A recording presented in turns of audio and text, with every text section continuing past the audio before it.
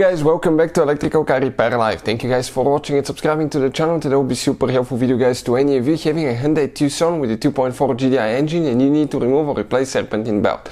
Even though if you have a different engine, the procedure may be very similar because that design has been used on multiple engines. Stay with us and we're going to explain how to do that, everything from start to finish. So that actually guys may work on multiple generation Hyundai Tucson. Even if you have a different engine, it may still work. We'll be demonstrating on a 2.4 GDI engine, but many of the things will actually apply to multiple engines and multiple years Hyundai Tucson. Before we start, let me tell you a little bit about us guys. Every single car we get at the garage, we try to take them completely apart and make at least 200 to 300 free repair videos. Why we do that? Simply because our mission in the shop is to save you as much money as we can. All we need guys in return, please subscribe to the channel, like the video, that way we can keep providing this free information to you. Now, if you guys need to buy any parts, tools for a really good price and quick shipping as well, check out the link in the description of the video below and you can see where we get all our tools and parts from. So, you don't need to remove your engine to replace the serpentine belt. We simply have it out because we'll be making hundreds of videos, and with the engine being out, we can clearly demonstrate how to do everything guys. So, now, looking at your engine, when you open the hood of your vehicle, okay, facing on the left side, that's where your serpentine belt will be located. This is, guys, your belt. Okay, right here you can see that's the belt. You will have the alternator here, AC compressor, crankshaft pulley, idler pulley, another idler pulley, tensioner pulley, and water pump. Now, how do you guys remove it? Back in the day, it used to be the alternator, used to have a mechanical tensioner. Now it's a spring-loaded automatic tensioner. So it's that pulley right here. You need to find the wrench that fits. Ours is 14mm, but some of them could be bigger, like 17mm.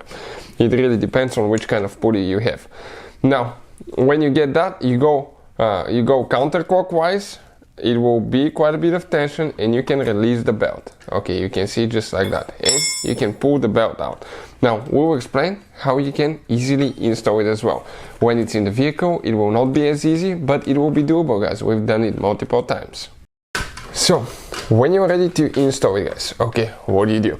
You're going to start on the crankshaft pulley. That will be the easiest thing to do.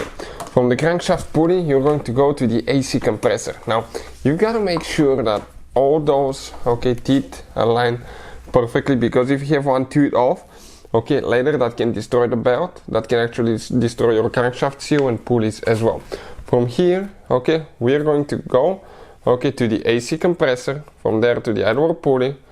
We go to another idler pulley right here. Idler pulley is a pulley that doesn't turn anything, it's just there, also known as parasitic pulley, used to transfer the belt to a different destination. Now, it will be hard to do that. What we will do, I'm going to release it out of the idler pulley on top, and we're going to go ahead and put it on the tensioner pulley. And when we do that, now we're going to release the pressure. Make sure you don't put your fingers under the belt, because if the tensioner snaps, you can mess up your finger guys and get injured. So now that's the time to inspect that the belt is in every pulley as it should be.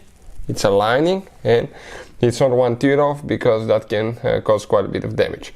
And that's how you guys do it. Hopefully the video will be helpful. Thank you for watching and see you next time.